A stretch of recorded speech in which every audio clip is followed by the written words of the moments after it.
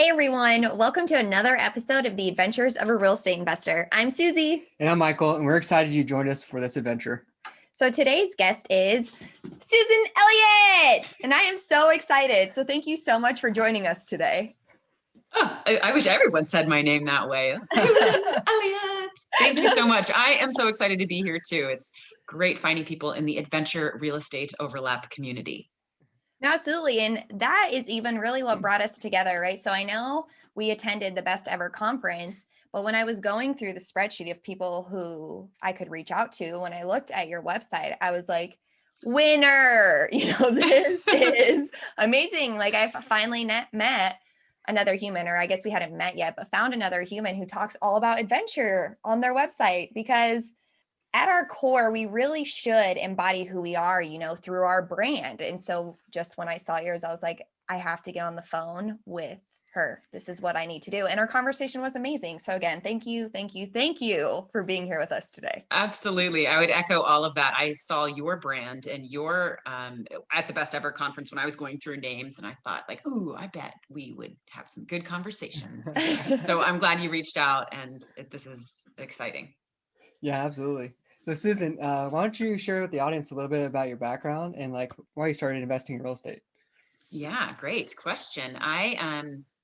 I spent my 20s as a traveling whitewater kayak instructor and raft guide, sort of traveled all over the country, all over the world.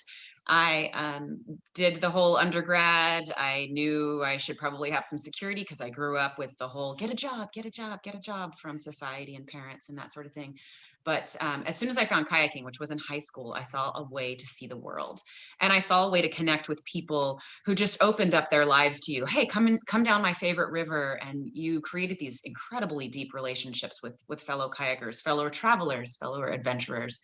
And I graduated with an undergrad in science, kind of pre-med-esque, but immediately was like, I don't want to do that. I want to travel the world and help people learn how to kayak, help people learn how to take on this skill so that they can go and kayak their own rivers, and so that they develop a relationship with the natural world and want to recreate in it and protect it and all of these things. So that led to teaching for traveling high schools all over the world. I also did a lot of nonprofit work. I did a lot of writing. I published a guidebook. I wrote and published a guidebook to wild and scenic rivers all across the country. But throughout all of that, I was leading this like dirtbag lifestyle, the vagabond sort of lifestyle, right?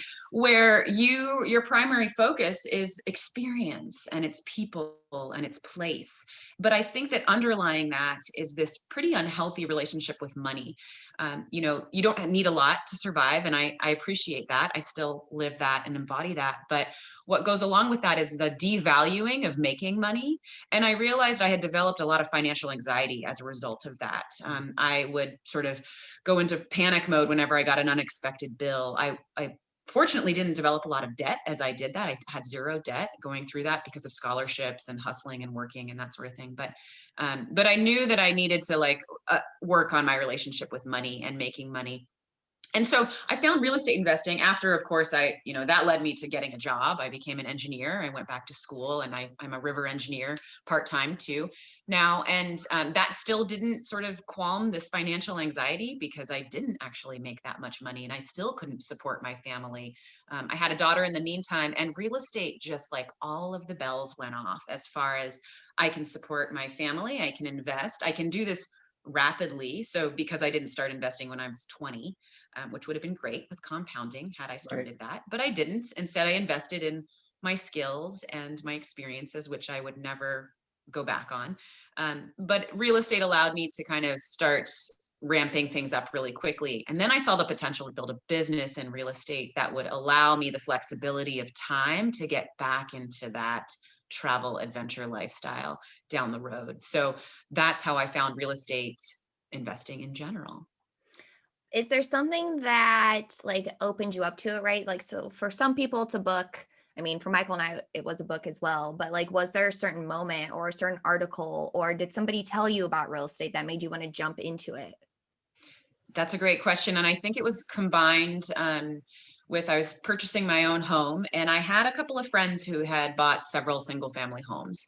And I mean, I knew that they were sort of investors for the past 5 or 10 years. And I don't know what clicked in me that I said, "Ooh, I need to talk to that person about that." I wasn't as interested before that. I think it was because I thought that it was something that I couldn't do. It was something that, like, I don't come from $1 million.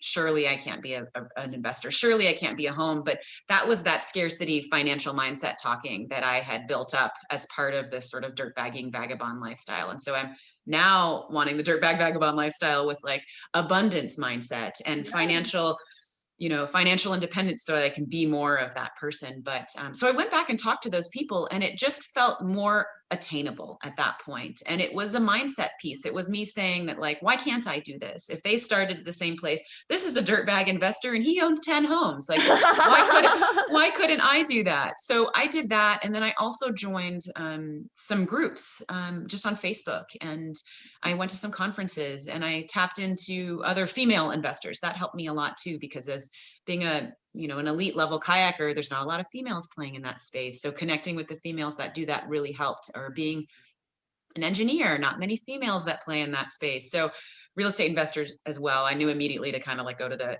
all women's groups, and there's just such a good supportive community there. Absolutely. So I know like you talked about single family stuff and things like that. Like, would you mind sharing with the listeners like what kind of real estate investing you're involved in? Yeah, great question, because it's not single family rentals Yeah. anymore. That's for sure. Yeah. So I got into single family, house hacking. I converted single family to duplex. I also got into short-term rentals, which our people understand, like to be able to provide Airbnbs to people felt really authentic for me, that experience. And I still love doing that. But as I was learning all about this, and as I was becoming a landlord and realizing how much time that was taking me, um, you know, corresponding to the returns that I was getting, was just exhaustive. And I knew that I couldn't, that I was just replacing one job for another, essentially, if I were to leave my home. So at the same time, I started learning about note investing, and I went to some courses. I connected with a dear friend of mine, and she also started learning about note investing at the same time. And Jamie, is my partner now at Flow State Investing. And it just clicked for us that note investing was like, oh, we can do this from anywhere in the world. We can help homeowners keep their home. So it felt really good, a really positive impact in real estate investing. And just there was a lot more flexibility. There was the ability to scale into a bigger business and help other people deploy their funds into real estate without having to do all the work, and still get some great returns as well. So we were attracted to note investing almost immediately, and got to do it on our own a little bit, and then found that we can actually get better deals if we do this at a scale. Yes. And so we started Flow State Investing, and now we work with partners to deploy their capital and our capital and different note assets, and non-performing notes. And it's just really fun. It's kind of a secret world of real estate investing too. I love that. And I want to dig into a little bit more. Like you said, the impact that you can make on homeowners by allowing them to keep their homes. Can you elaborate on that a little bit and like how that Absolutely. works? Yeah, that's essential to what we do. So that's our number one exit strategy with notes. What we do is we're sort of the fix and flippers of the mortgage world. We buy assets, and our asset is paper, but it's backed by real estate. It's backed by the home itself. So we look for mortgages where borrowers are not paying their mortgage. They're currently in default for some reason or another. And we look into the history in our due diligence process to see if this person potentially really wants to try to keep their home. So they're not looking to vacate. They're not looking to just get out. They're not looking to like just kind of put us through the ringer and try to keep not paying as long as possible. So we have clues in our due diligence to be able to find those types of assets. Then we purchase their mortgage, which is really, really common in the mortgage world. Any of us who have owned a primary residence might have gotten a letter at some point that instead of Wells Fargo, you're paying Chase your monthly mortgage. That's the same thing. So we purchase the mortgage, and we can reach out to those borrowers through our licensed servicers and say, hey, we want to give you one more chance. We want to help modify your loan terms, kind of like a refinance, to be able to lower your monthly payment, to see if you can you can keep your home essentially. And we are able to do this because we're purchasing those assets at such a steep discount. So it's like purchasing that junker home, rehabbing it a little bit, and then selling it. So as rehabbing it for us is getting them back on track with payments. Yeah. And if we can show that they're paying for up to a year, that becomes a really valuable note then as a performing note. And then we're able to sell that to another investor who wants the purest form of mailbox money. There is no maintenance. There's nothing. No one calls you when there's a toilet broke. They never call their lender, right? And so that's kind of like the fixing and flipping. And our goal is to work with those borrowers and to find assets where we think that the borrowers are going to want to keep their home. No, and you know what I love about that, right? Because even at the beginning, you talked about financial anxiety. So, like, you recognize that within yourself and took that hard, reflection and said, this is something I need to change about myself.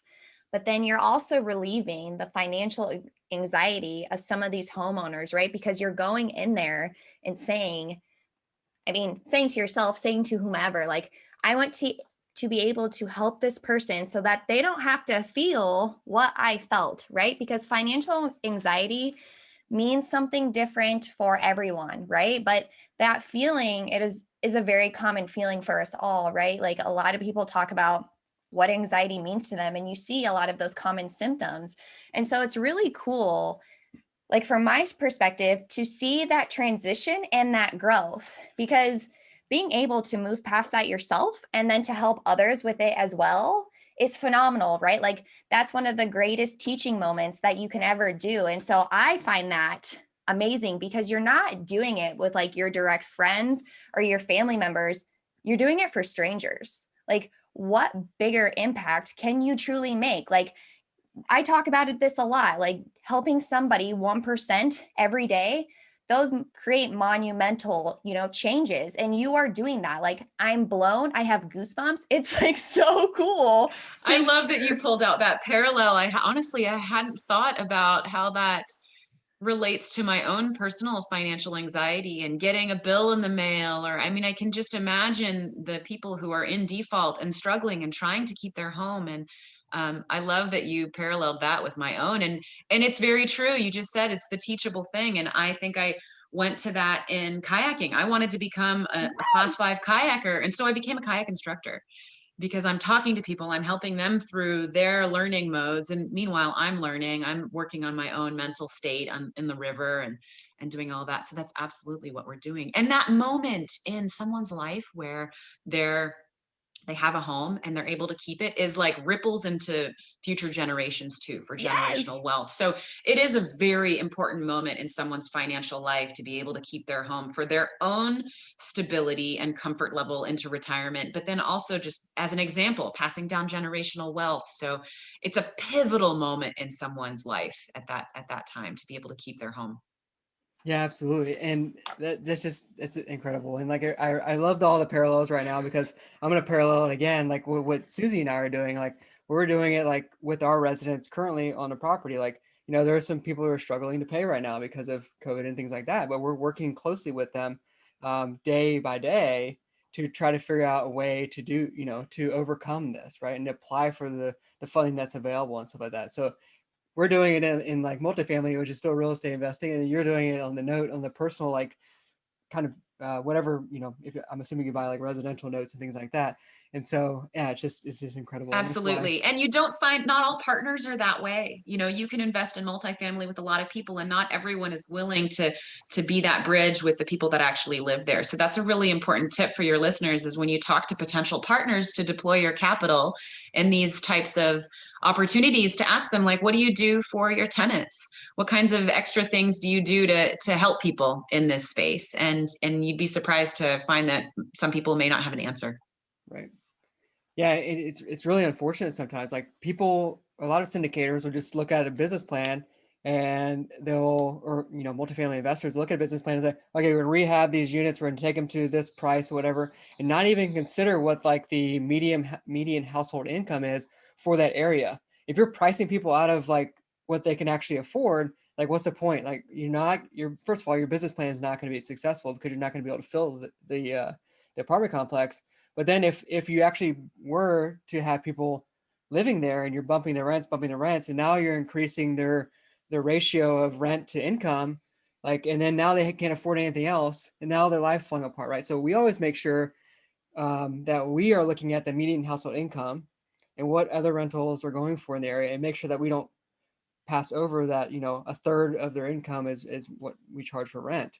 Another thing too is like we also look for, when we write down our business plan for our apartment complexes, we take a step back and we say, how are we impacting the residents with this business plan, right? Like, how are we going to make their lives better through this way? And if there's not a way we can do it, then there always is. But if there's not a way that we can do it, then we walk away from the property, right? Whether that's adding in unit washer and dryers to like really increase their quality of life by like not spending time at the laundromat and things like that, and then just adding amenities that are necessary, like, or just improves their lives as well. So yeah. Absolutely.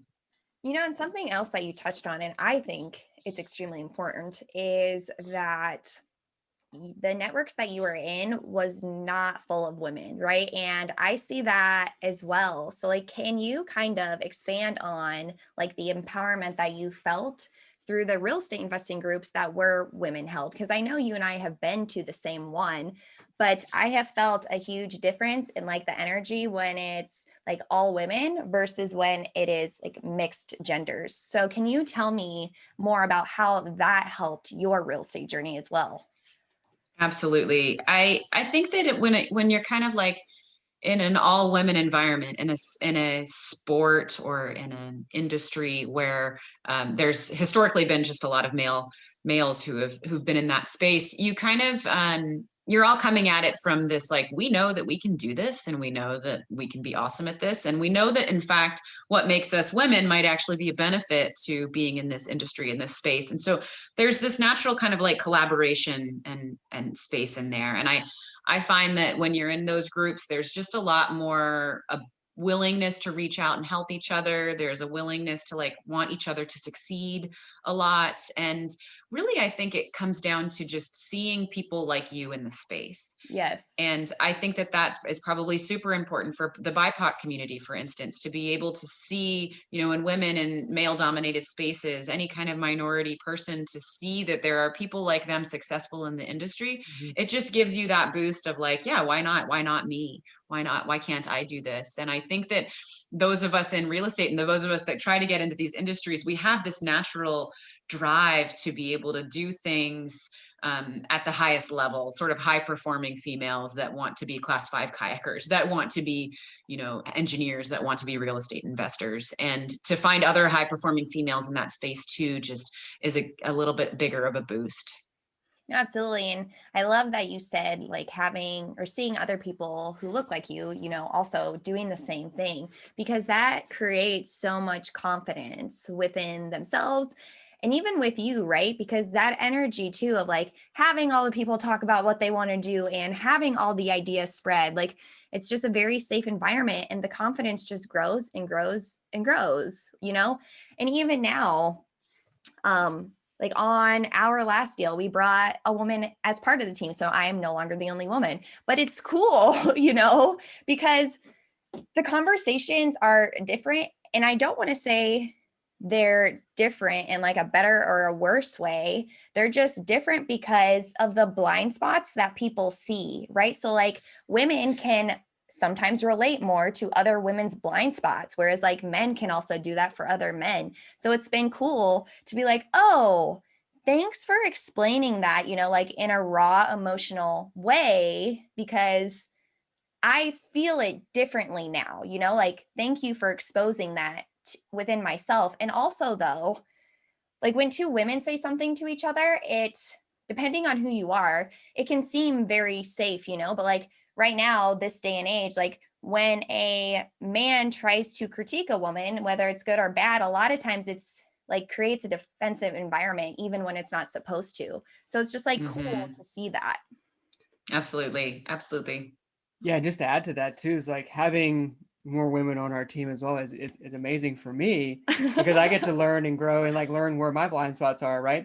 Hanging out with a bunch of men all the time, like, you don't get that fresh perspective. And so, yeah, it was a no-brainer when we brought this this other partner on. We were really So excited. it's kind of a form of risk mitigation in that way, and a diversification of your team members and your perspectives. And I mean, the word blind spot is a huge one. So if you have only one type of person leading the team, then there's going to be blind spots potentially that they haven't experienced or they haven't seen or can't speak to. So having a diverse group in your team is another thing that passive investors should ask about. How are you diversifying the people that are managing this asset? It's a great point. Yeah, no, I completely agree.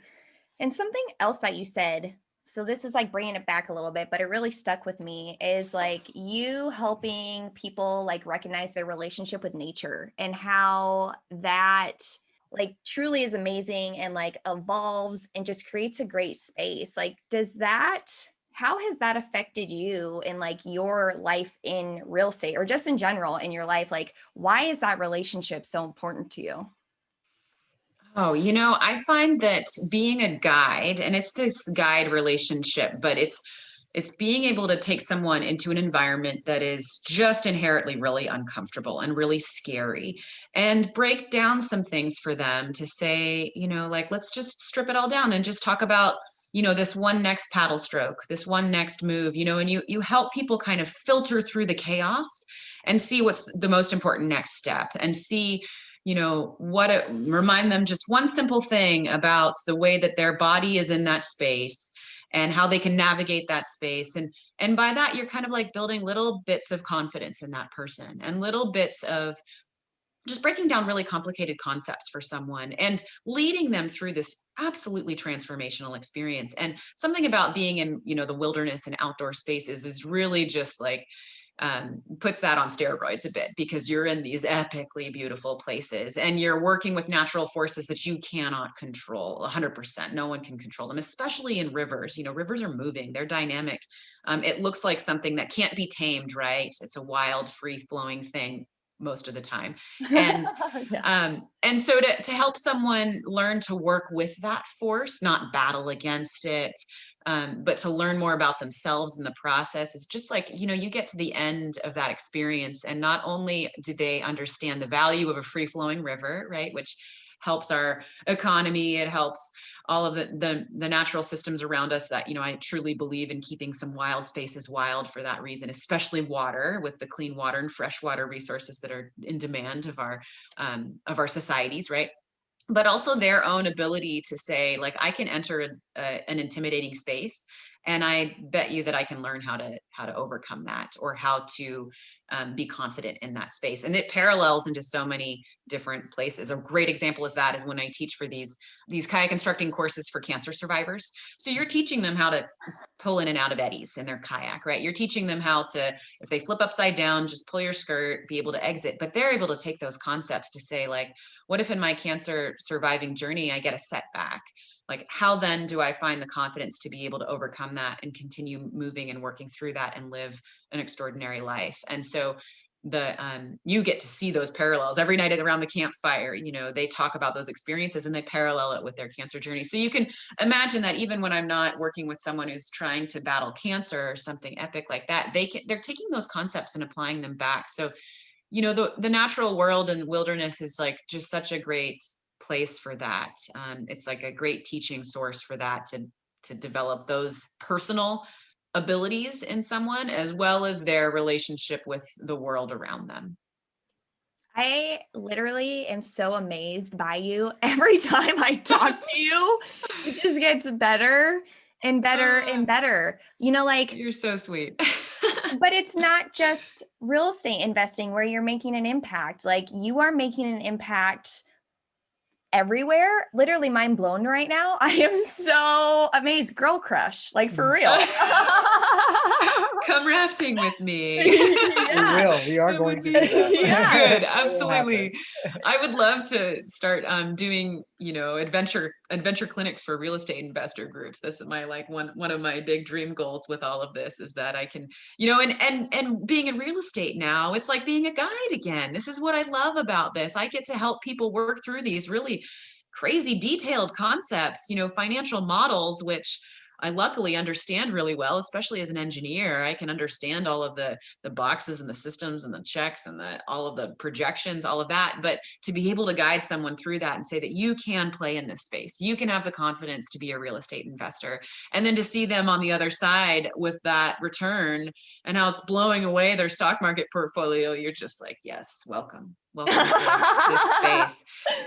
So it feels, it's amazing that there's so many parallels. People think, oh, you're an engineer, so that's probably why that parallels to real estate investing. I'm like, actually, my adventure guiding career helps me more in real estate investing than necessarily my engineering. So No, absolutely. And like what I love about that, which is very similar to Michael and I, like Michael's huge into education, right? Like he was a professor, he will be a professor. I have been a coach and a mentor, but like we want to like show others that like education is not in the bounds of a four-walled classroom. It is everywhere and you can do it everywhere. You just have to be creative on how you do it. So like for us to embody education, no matter where we go, is like how we will embody our life's purpose, right? Like to be a teacher can mean so many different things. It's just what you have given yourself permission to allow the meaning to. So I just love that the adventure part is really what sticks to the real estate investing, right? Because you hear so often people saying, I mean, even me, right? Like, oh, I got an MBA. I've been a program manager. So I, naturally can do real estate investing. But like for me, my undergrad was anthropology and communication studies because I love humans. And that to me actually correlates to real estate investing much more than my MBA because that's amen. Yes. The human aspect. I'm in engineering and I'm like, I'm not talking to any humans. I don't know the impact I have upon the human, and I impact upon the natural world. But if you're not also talking about the humans that are in that natural world, yeah, absolutely. That's funny that you said that. The MBA, I'm thinking my master's in engineering and I did all of that, but it's really the people. Right? Because they are humans. Like that's what we have to remember is that everyone is a human being. Everyone wants to be loved and heard and acknowledged. And like, as long as we can remember to make sure all those three needs are like at least put into our forefront, then that's how we move mountains, because that's when people start to communicate and that's when people start to actively listen. And it truly, truly starts there on how differences can be made. Agreed. 100%. Well, Susan, we'd love to chat with you all night long. Unfortunately, it's coming towards the end of the show. But before we wrap it up, it brings us to the Adventurous 4. These are 4 exploratory questions we ask all of our guests. So the first question, Susan, is where is one place you wish to travel and why? Hard question. I think the next thing on my travel list is to take my daughter and my husband to live in a South American country. I'm not particular as to which, to be able to be around Spanish. I also want to get my daughter swimming in the ocean. And I live in Oregon and Washington, and that's just not possible in this cold ocean up here. So my next travel is Spanish speaking ocean swimming destination. Love it. I do too. That's great. So the second one might kind of tie into this, but that's totally okay. So what is the number one thing on your bucket list and how are you leveraging real estate investing to achieve it?